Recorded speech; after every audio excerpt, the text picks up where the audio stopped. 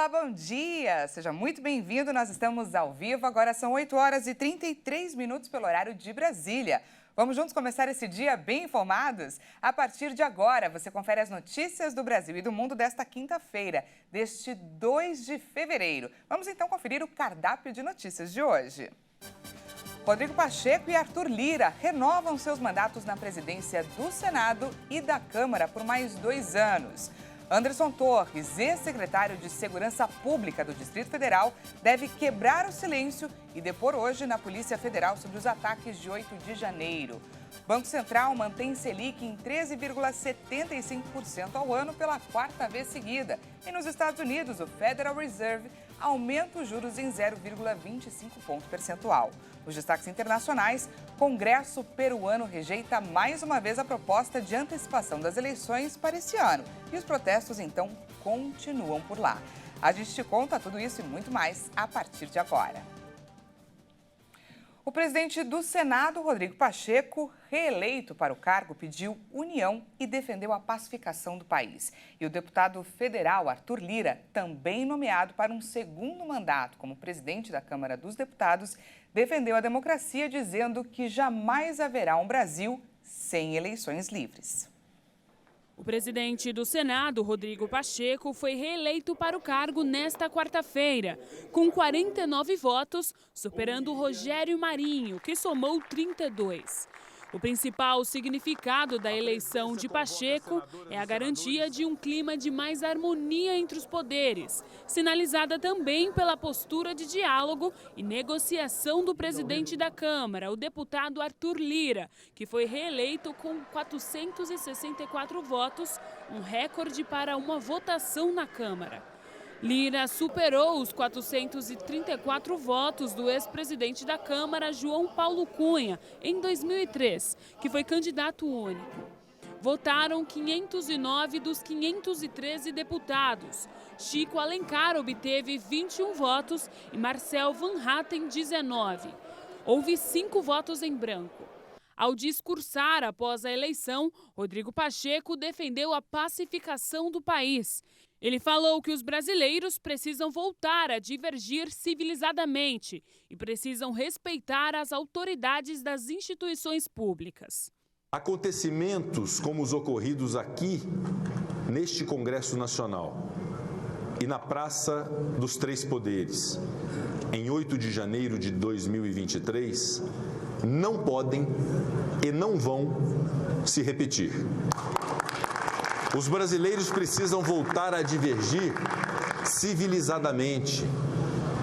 Precisam reconhecer com absoluta sobriedade quando derrotados e precisam respeitar a autoridade das instituições públicas.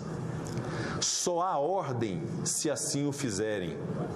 Só há patriotismo se assim o fizerem. Só há humanidade se assim o fizerem. No discurso do presidente da Câmara, Arthur Lira, também foram lembrados os ataques às sedes dos três poderes. Lira destacou a importância da democracia e da liberdade. Aos vândalos e instrumentadores do caos que promoveram o 8 de janeiro passado, eu afirmo: no Brasil, nenhum regime político irá prosperar fora da democracia. Jamais haverá um Brasil sem eleições livres e representantes escolhidos pelo voto popular. Jamais haverá um Brasil sem liberdade.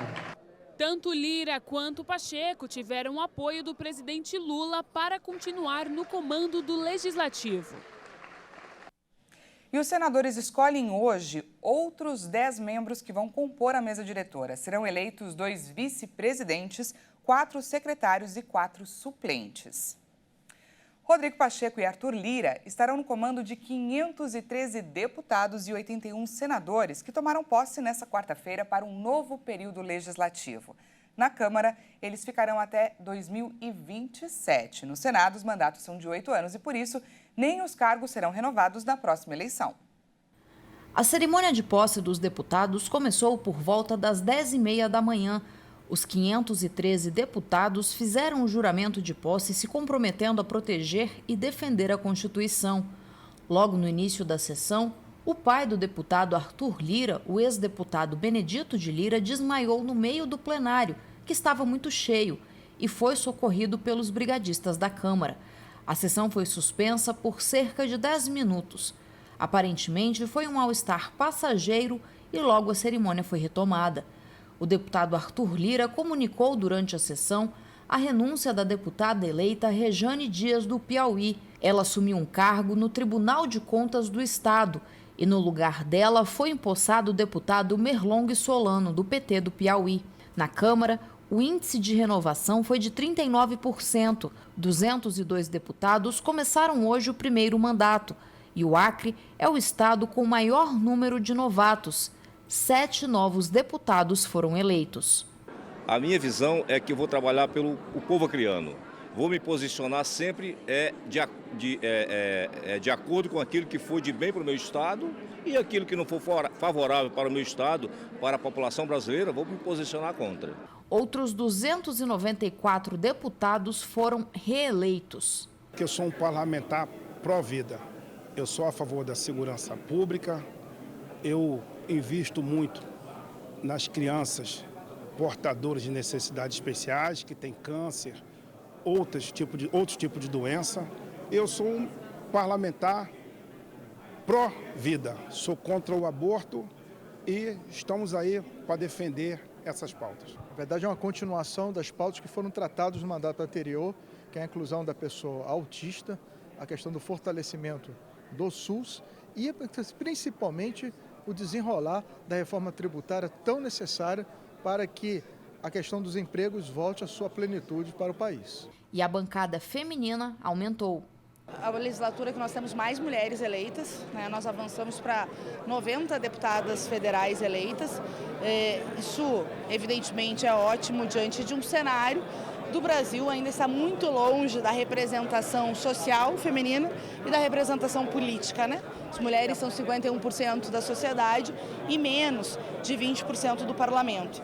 12 parlamentares eleitos em outubro assumiram ministérios no governo de Lula e foram exonerados nesta quarta-feira para participar das cerimônias de posse e da eleição da mesa diretora da Câmara e do Senado. Na Câmara, são 8 deputados que fazem parte do primeiro escalão do governo federal. Entre eles, Luiz Marinho, que é ministro do Trabalho, e Paulo Pimenta, da Secretaria de Comunicação Social. Já no Senado, 4 senadores também são ministros e devem se licenciar das atividades do Legislativo para voltar ao Executivo nos próximos dias. No Senado, a cerimônia de posse foi realizada no período da tarde. 27 senadores, um eleito em cada estado, tomaram posse. A leitura do juramento foi feita pelo deputado mais idoso entre os eleitos, Otto Alencar, da Bahia. E, em seguida, os demais fizeram um compromisso de defender a Constituição. O Senado Federal é composto por 81 senadores e o mandato é de 8 anos. Antes das solenidades de posse na Câmara e no Senado, as duas casas passaram por um grande trabalho de limpeza e restauração para recuperar os danos provocados pelas invasões de 8 de janeiro. No Rio de Janeiro, um dos grandes destaques da nova legislatura é o crescimento da bancada feminina. A posse dos novos deputados e os reeleitos também aconteceu ontem à tarde. Os 70 deputados eleitos para a 13ª legislatura da Assembleia Legislativa do Estado do Rio de Janeiro, a ALERJ, tomaram posse em sessão solene no plenário Barbosa Lima Sobrinho, no Palácio Tiradentes, antiga sede da Assembleia. A sessão foi comandada pelo deputado Carlos Mink, do PSB, decano da casa. A ALERJ terá uma renovação de 45% de suas cadeiras e essa legislatura contará com 32 novos parlamentares e 38 reeleitos. O deputado Felipe Soares foi um dos reeleitos nas últimas eleições e encara esta missão como oportunidade. Olha, representa muita luta. A gente encarou um cenário muito adverso nessas últimas eleições de 2022, mas essa posse é a continuidade de um trabalho excelente, um trabalho de muito carinho, de muita atenção para todo o povo do estado do Rio de Janeiro, não só para o meu eleitorado, que eu sou muito grato a eles, mas também para todo o povo do estado do Rio de Janeiro. Nesta nova legislatura também se destaca o crescimento da bancada feminina, que representa 21% do total dos parlamentares, o que aproxima o ponto de vista das mulheres dentro da política do Rio. Ela representa o clamor de um segmento e todos devem se sentir-se representados. Então, política não pode ser de um grupo fechado, de um determinado número de pessoas, ela tem de ser o reflexo do que o eleitorado quer. E isso prova de que as mulheres elas podem estar aonde elas quiserem, seja na política ou qualquer área de conhecimento, de atuação, que assim elas desejarem. Num momento de grande turbulência política, social e econômica, Felipe Soares fala sobre a importância do poder legislativo no estado do Rio. O poder legislativo ele nunca pode ser deixado de lado, ele nunca pode ficar oblíquo. Ele é uma parte integrante da teoria dos três poderes e você não pode fazer uma vista grossa ao poder legislativo, e a casa que é a ALERJ, ela é uma casa de diálogo, uma casa onde discussões são feitas, onde pautas são apresentadas e onde a democracia acaba vencendo, onde a maioria decide o que é melhor para todos o estado do Rio de Janeiro. Então, o Poder Legislativo não pode se furtar ao seu trabalho e muito menos pode ser ocultado de suas funções e de sua existência. A maior bancada é do PL, com 17 deputados. Em sequência, vem a bancada do União Brasil, com 8 parlamentares, seguida pelo PT, com 7, PSD, com 6 e PSOL, com 5. A partir de hoje, o Poder Legislativo do Rio está empossado para os próximos 4 anos. Na abertura do ano judiciário, o presidente Luiz Inácio Lula da Silva elogiou a atuação da Corte contra os atos que depredaram os prédios dos três poderes no dia 8 de janeiro. E a presidente do STF, Rosa Weber, também discursou e prometeu punição rigorosa aos envolvidos nas manifestações. O petista começou seu discurso enaltecendo medidas tomadas pelo STF durante a pandemia. Destacou o trabalho dos ministros para defender a Constituição e punir aqueles que atentaram contra o resultado das urnas. Lula criticou fortemente os ataques aos prédios dos três poderes, realizados no dia 8 de janeiro. Naquele dia 8 de janeiro, a violência e ódio mostraram sua face mais absurda, o terror. Não foi um episódio nascido por geração espontânea, mas cultivado em sucessivas investidas contra o direito e a Constituição, com o objetivo de sustentar um projeto autoritário de poder. Em outra parte do discurso, Lula disse que os ataques às instituições são resultados das descrenças nas políticas e que nunca mais alguém deve ousar a duvidar da política desse país ou desacreditar na política. Ele também lembrou o papel da justiça eleitoral para garantir a realização das eleições. O presidente pediu um esforço em conjunto entre os representantes dos três poderes para combater desigualdades e preservar a harmonia entre as instituições, a partir da garantia de direitos individuais e coletivos, previstos na Constituição de 1988. Ele ainda reafirmou o compromisso do Poder Executivo com a democratização do acesso ao sistema judiciário e encerrou dizendo que seus reais inimigos são outros. Nossos reais inimigos são outros: a fome, a desigualdade, a falta de oportunidades, o extremismo e a violência política, a destruição ambiental e a crise climática. Tenho a certeza de que juntos vamos enfrentá-los e de que juntos poderemos superá-los. Após a fala de Lula, a presidente do Supremo Tribunal Federal, Rosa Weber, também discursou na cerimônia. Weber ressaltou a defesa da Constituição e do Estado Democrático de Direito, além de afirmar que todos que praticaram e financiaram os atos do dia 8 de janeiro serão punidos. O dia de hoje foi tratado pelo STF como um marco histórico após a invasão e depredação do prédio. Tradicionalmente, uma cerimônia que apenas registra o início do ano judiciário, o evento ganhou um peso de posse, com ao menos 300 convidados, incluindo chefes dos poderes, ministros de Estado e embaixadores estrangeiros. A ideia foi de demonstrar um sinal de força.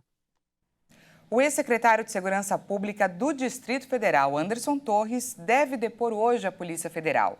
Ele é suspeito de omissão dolosa na gestão dos atos extremistas do dia 8 de janeiro. Anderson Torres respondia pela segurança pública do Distrito Federal quando as sedes dos 3 poderes foram invadidas e depredadas nos atos em 8 de janeiro em Brasília. Na data, ele não estava no Brasil, nas manifestações programadas por meio das redes sociais. Torres viajou para a Flórida, nos Estados Unidos, antes mesmo do período programado no Diário Oficial para as férias dele, e só voltou ao Brasil depois do mandado de prisão expedido pelo ministro Alexandre de Moraes, do Supremo Tribunal Federal. O novo depoimento deveria ter ocorrido em 23 de janeiro, mas foi adiado depois que a defesa de Torres solicitou mais tempo para analisar os autos. O adiamento foi aceito pelo ministro do Supremo. No despacho, o magistrado intimou a Procuradoria-Geral da República a acompanhar o caso. O depoimento deve ser prestado no 4º Batalhão da Polícia Militar, onde Torres está preso desde 14 de janeiro, quando desembarcou em Brasília. Este será o 2º depoimento dele sobre o caso. No primeiro, realizado em 18 de janeiro, ele ficou em silêncio. A expectativa é de que, desta vez, ele fale sobre o motivo de não ter entregue o aparelho celular à Polícia Federal, além de esclarecer o envolvimento ou não do governador afastado do DF, Ibanez Rocha, nos ataques que culminaram na invasão das sedes dos 3 poderes. Veja a seguir, o Banco Central mantém Selic em 13,75% pela 4ª vez seguida. Nos Estados Unidos, o Federal Reserve aumenta os juros em 0,25 ponto percentual. E ainda, o Congresso peruano rejeita mais uma vez a proposta de antecipação das eleições para esse ano. Os protestos continuam, nós voltamos já.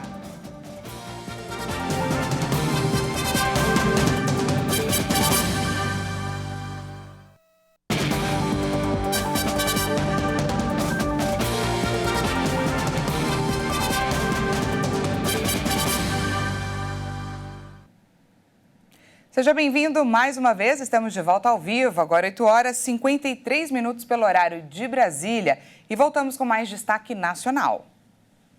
Agora a gente fala sobre a situação do povo Yanomami. Militares da área de saúde, mobilizados no hospital de campanha instalado pela Força Aérea Brasileira em Boa Vista, têm tido bastante trabalho nessa primeira semana de atuação para atender aos indígenas. Vamos conferir. Mais de 300 atendimentos, a maioria crianças, em menos de uma semana de trabalho. O balanço foi apresentado nesta quarta-feira pela comandante do hospital de campanha instalado pela Força Aérea Brasileira em Boa Vista, capital de Roraima, para atender indígenas Yanomami. Tem muitos casos de pneumonia das crianças, parasitose intestinal e muita doença de pele, Segundo a FAB, a unidade dispõe de laboratórios e ambulatórios para a realização de atendimentos emergenciais, consultas, exames e ultrassonografias. De acordo com a Agência Brasil, foram mobilizados 30 militares médicos de diferentes especialidades, farmacêuticos, enfermeiros e técnicos de enfermagem. Não é um hospital de longa permanência, não é um hospital que tenha finalidade de internação. Então a gente atende o paciente, estabiliza o paciente, no caso de graves, e transfere.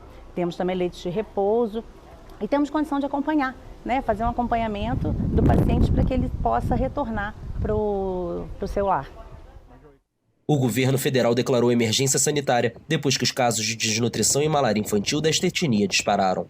Segundo lideranças Yanomami, cerca de 20 mil garimpeiros clandestinos invadiram seu território matando indígenas, abusando sexualmente de mulheres e adolescentes e contaminando os rios com o mercúrio que utilizam para separar o ouro dos sedimentos.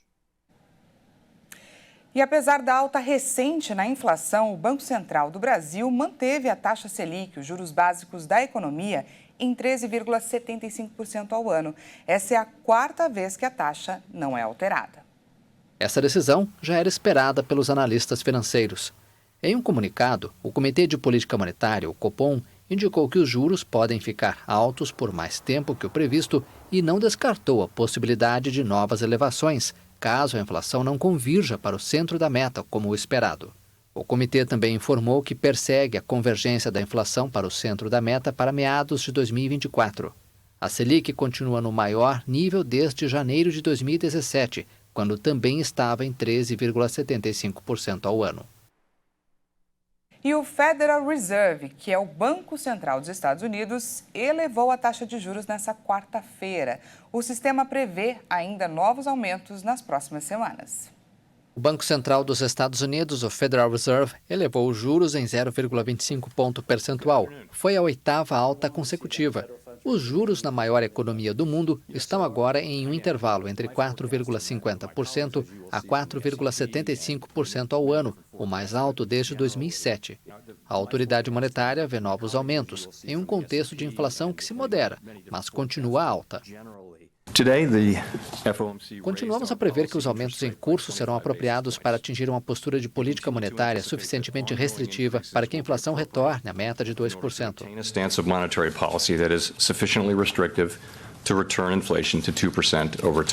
O presidente do Banco Central, Jerome Powell, destacou que serão necessárias mais evidências para ter certeza de que a inflação está em uma trajetória de queda sustentada. O Congresso peruano rejeitou novamente a proposta de antecipação das eleições para esse ano.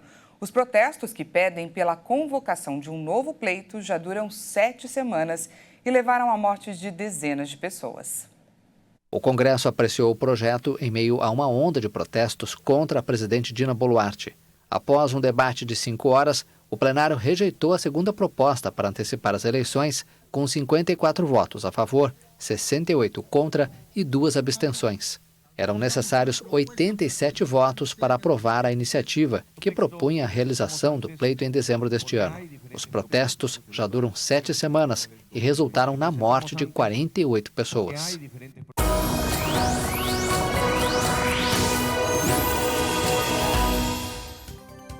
Antes de encerrar essa edição, a gente atualiza para você a previsão do tempo para essa quinta-feira.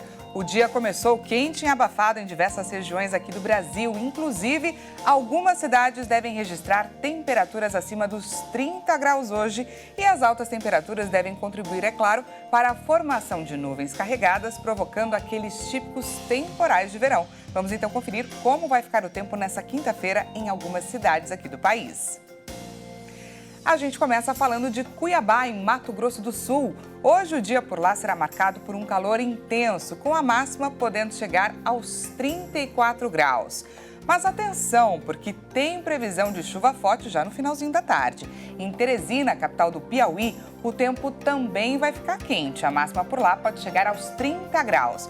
Mas assim como em Cuiabá, também tem previsão de chuva para essa quinta-feira. Para finalizar, falamos, é claro, aqui da capital paulista. Vamos ver como está o tempo lá fora agora. Essas são imagens ao vivo aqui da câmera da nossa Praça da República, região central da cidade.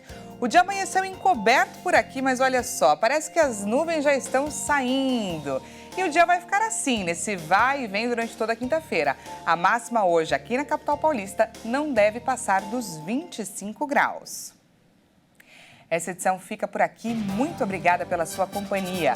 Às 10 horas, Patrícia Velenic chega com mais informações. E à 1h da tarde, eu e ela esperamos por você. Até lá!